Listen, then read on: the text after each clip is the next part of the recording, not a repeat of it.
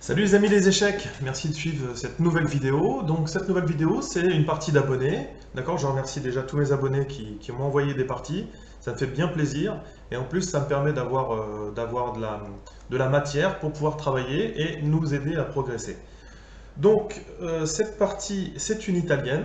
Donc ça nous permet de renforcer encore notre étude de la partie italienne et de notre répertoire d'ouverture. Je vous rappelle, je vous mettrai un lien vers le répertoire que j'ai créé pour 1500, répertoire solide pour les blancs, qui est à base d'italienne. Et ensuite d'autres variantes qui seront analysées dans les vidéos. Vous aurez la playlist et qui vous permettra d'avoir un répertoire solide avec les blancs, d'accord, qui n'est pas forcément les meilleurs coups d'ouverture, mais qui est solide et qui vous permet en plus de transposer dans des positions que vous connaissez et que vous maîtrisez.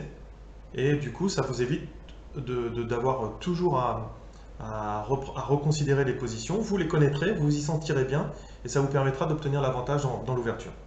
Donc ici, on a une partie italienne, donc caractérisée par les coups cavalier F3, et on défend avec cavalier C6, d'accord. Les vidéos que j'ai mis en ligne, déjà, on a la variante à la pine sur la sicilienne, et la seconde que j'ai mis, l'étude, ça sera la Petrov.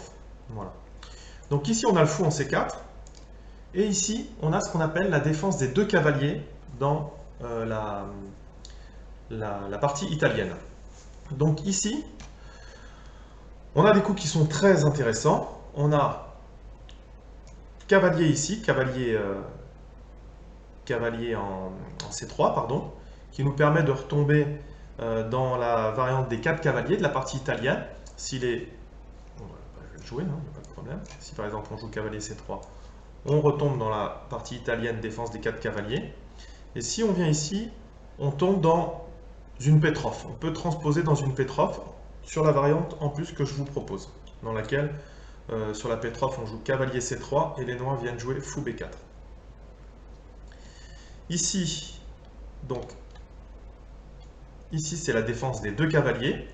On a également toute une ouverture qui consiste ici à jouer cavalier en G5. Voilà, c'est une ouverture très agressive. Les noirs ici doivent contre-attaquer directement le centre. Et les débutants, c'est l'attaque free lever. Les débutants aiment bien ce début parce qu'ils peuvent sacrifier le cavalier sur F7. Et ici, avec la dame, on vient attaquer une deuxième fois le cavalier, il est regagné. La seule possibilité pour les noirs, c'est de défendre le cavalier avec le roi. Mais on a le roi au centre, malgré la pièce, les blancs ont un bon jeu d'attaque. Donc ça peut être une bonne méthode pour un blitz, etc. De jouer des parties assez attrayantes, on va dire. Mais ici en plus, la plupart du temps, les noirs ne reprennent pas ici, ils viennent jouer cavalier ici, on a fou là, je montre vite fait la variante, et le fou revient en D3, et les noirs ont sacrifié un pion, mais ils ont une attaque, ils ont une position assez intéressante, parce que les blancs ont un retard de développement, et ils vont avoir du mal à mobiliser leurs pièces. Voilà. Donc ça c'est la défense des deux cavaliers. Moi, ce n'est pas le coup que je vous propose. Le coup que je vous propose, c'est cavalier C3 pour retomber dans une italienne que vous connaissez. Voilà. Ne pas laisser... si les noirs jouent la défense des deux cavaliers, c'est qu'ils ont bien travaillé leur défense. Donc en revenant ici, ils voulaient jouer une belle partie d'attaque. En revenant ici, peut-être que ça peut les embêter de jouer ici la défense des 4 cavaliers. Dans la partie qui nous concerne ici, on est parvenu sur une défense cavalier. Ici, ils ont joué D3. C'est la même chose, c'est les plans que je propose, c'est les coups que je propose dans l'analyse du répertoire qu'on a fait. Et l'idée aussi, c'est de pousser C3 et ensuite D4.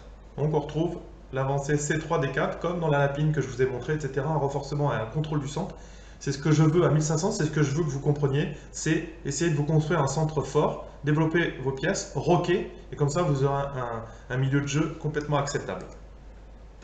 H6, donc du coup, bon, ça y est, les noirs empêchent directement cavalier G5. C'est un petit peu lent ici. Petit roc, ça paraît, il n'y a pas de problème pour petit roc. Peut-être qu'on aura pu jouer cavalier C6, aucun problème là-dessus.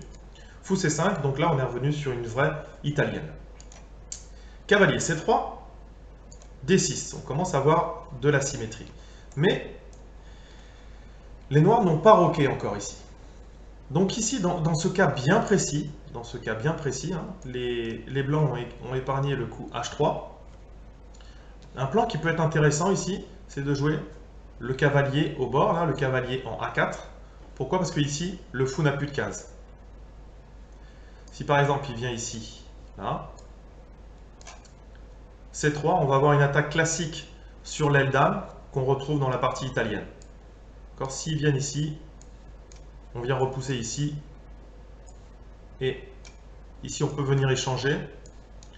Même s'il y a la colonne ouverte ici pour les noirs, ici cette position est assez, et l'avantage d'espace pour les blancs et le fait qu'ils ont la paire de fous leur donne une position correcte. Alors ici, ce qui est intéressant, c'est que dans la partie, notre abonné a joué fou E3. Donc je vous conseille de regarder, si vous ne l'avez pas encore fait, le troisième épisode de Strategix, parce que je reviens sur cette position, sur ce coup du fou en E3, et je l'analyse d'une manière stratégique. Ici, il est moins fort que dans la position que j'analyse, parce que dans la position que j'analyse, en fait, les blancs ont joué H3, les noirs viennent faire petit roc, et là, ici, ils viennent jouer fou E3. Donc dans cette position, on l'a un petit peu plus tôt, donc le plan avec cavalier A4 était un bon plan. Ici, il joue fou E3, c'est un coup thématique dans la partie italienne, et je vais vous dire pourquoi. C'est-à-dire qu'ici, les blancs veulent se laisser doubler le pion, parce que ici, on a une colonne semi-ouverte, et on va faire pression sur le pion en F7. Le problème ici, c'est que comme les noirs n'ont pas roqué encore, bah c'est bien d'avoir une pression sur F7, mais si par exemple les noirs préparent un grand roc, et bien en fait, tout l'avantage qu'on avait sur la colonne F, etc., sur l'aile roi, bon, on aura des motifs d'attaque, hein, il n'y a pas photo, mais derrière, il n'y aura pas le roi. Donc voilà, ça c'est un petit peu embêtant. Donc pour jouer ce fou en E3, et de prendre les avantages de la colonne ici, il vaut mieux attendre que les noirs aient fait petit roc pour le jouer. D'accord? Ici, H3 était un bon coup, parce qu'il empêchait le fou d'arriver sur G4 ou le cavalier. Mais ici, comme je vous l'ai dit, l'autre plan, ça aurait pu être une attaque de pion sur l'aile dame. Voilà. Ici, ce qui est intéressant, c'est que sur fou E3, eh bien, les noirs font l'erreur, entre guillemets, stratégique de reprendre. Alors, ils font l'erreur ici stratégique, mais la première erreur, elle n'est pas sur la reprise. Elle va être du petit roc qu'ils vont jouer ensuite. Ici, fou G4, clouage du pion. Ici, A3, donc on vient renforcer le contrôle de la case B4. C'est peut-être un petit peu lent. Ici, de toute manière, on aurait pu jouer directement la dame en E1. D'accord? Parce que ici, le cavalier est défendu par la tour. On n'est pas obligé de reprendre avec le pion. Donc A6. À leur tour, ils prennent le contrôle de la case B5, qui aurait pu être utilisée soit par le fou, soit par le cavalier. H3. On revient en H5. Dame 1. Donc dame 1, on vient enlever le clouage, et on vient ici menacer de venir sur la case G3 et de venir menacer ce pion ici. Voilà. Mais ce pion ici, je pense qu'il aurait quasiment fallu le laisser. Ensuite, de toute manière, on avait des coups de tour qui pouvaient venir sur G8, etc. Peut-être que le bon plan ici aurait été de jouer peut-être dame ici.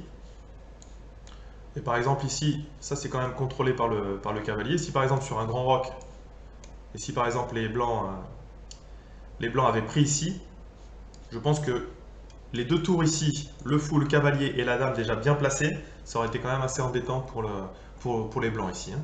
Voilà. Donc ça, c'est des fois des choses à connaître quand vous faites un grand roc.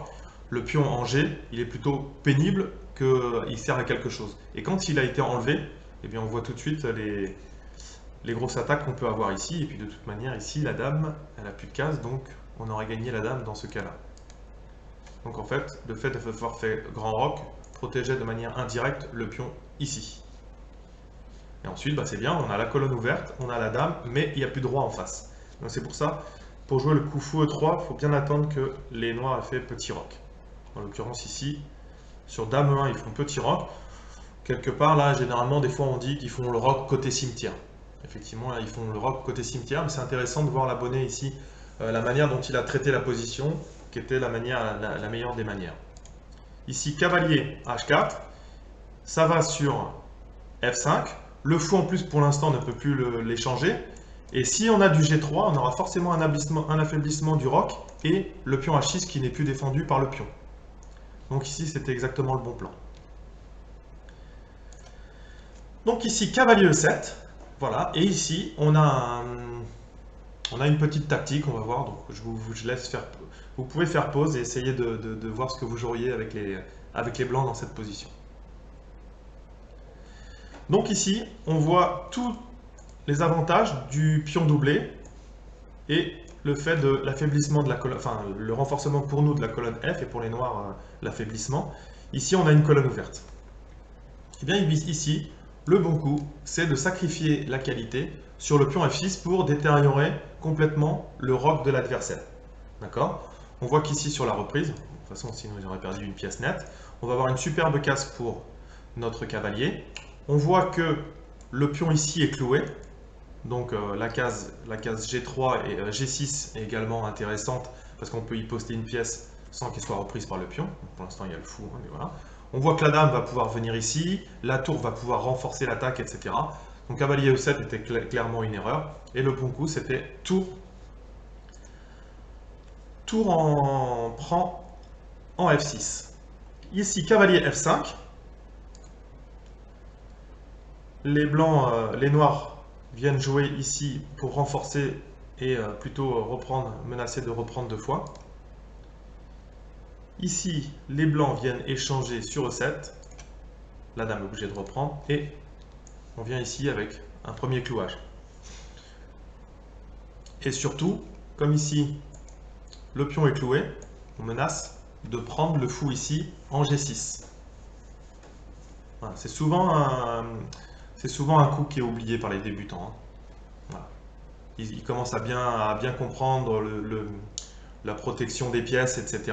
Donc ils se disent mon fou est protégé par le pion, donc j'ai pas de problème, etc. Mais bon, ils font pas forcément attention au clouage. Donc ici C6, hein, voilà, qui était un mauvais coup de toute façon, je pense qu'ils ne savaient pas quoi jouer. Donc ici on a un mat en 8, annoncé par l'ordinateur. Donc dame prend, forcément il n'est pas défendu, hein, donc on a déjà récupéré, on a 2 pièces pour la qualité, pour la tour je veux dire. Ici le roi vient ici.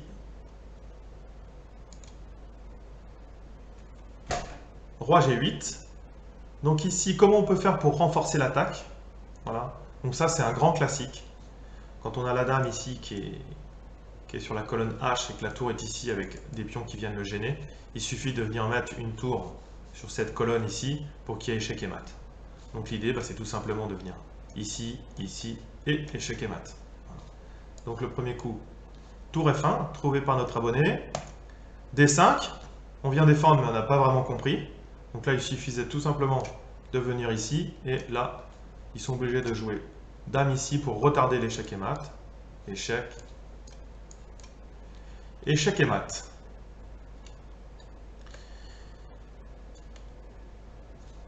Ici, tac, tac, au lieu de jouer tour là, ils ont déjà repris, donc ils ont bien compris qu'il y avait mat, mais ils n'étaient pas obligés de donner la pièce ici. Heureusement là, ils le comprennent, donc ils jouent tour F3 et abandon de l'adversaire. On l'a vu déjà, hein, il n'y a plus que ça. Pour retarder l'échec et mat. Donc une position très intéressante qui est liée au 3e épisode de Stratégix que je vous conseille de suivre avant de regarder ou de revoir après cette partie. Donc fameux fou E3 dans l'italienne, qui est la question, qu'est-ce qu'on fait? Est-ce qu'on reprend? Est-ce qu'on double les pions? Ou est-ce qu'on recule à notre tour le fou en B6? On revient vite fait sur la position critique. Clac, clac, clac, on en est où? Ici, voilà. Souvent, il y a le fou qui est joué ici pour se dire à notre tour, vous venez me doubler, mais c'est moi qui ai la colonne ouverte, etc. Ce que je vous conseille néanmoins, c'est que ce coup de fou en E3, il est très intéressant, parce que s'il double les pions, vous pouvez avoir une belle attaque sur l'aile roi, mais attendez que les noirs aient fait petit roc, parce que sinon ils peuvent préparer un grand roc, et le fait d'avoir les pions doublés et libérer la colonne F aura moins d'importance que s'ils ont fait petit roc. Voilà. Merci d'avoir suivi cette vidéo. Donc, je vous rappelle le site www.chesstrainer2000.com. Je vous laisse en dessous un lien vers le répertoire 1500 que je vous propose. Hein, c'est un lien Lichess que j'ai fait dans une étude. Donc vous retrouverez les variantes autres que la partie italienne. Vous trouverez la lapine, la variante d'avance de l'espagnol, de la française, de la Caro-Kann, également la Petrov et la défense Philidor, et puis les autres défenses, la Lequin également, et les autres défenses qu'ont les noirs à E4, les autres réponses qu'ont les noirs à E4. Merci d'avoir suivi cette vidéo, à bientôt, travaillez bien.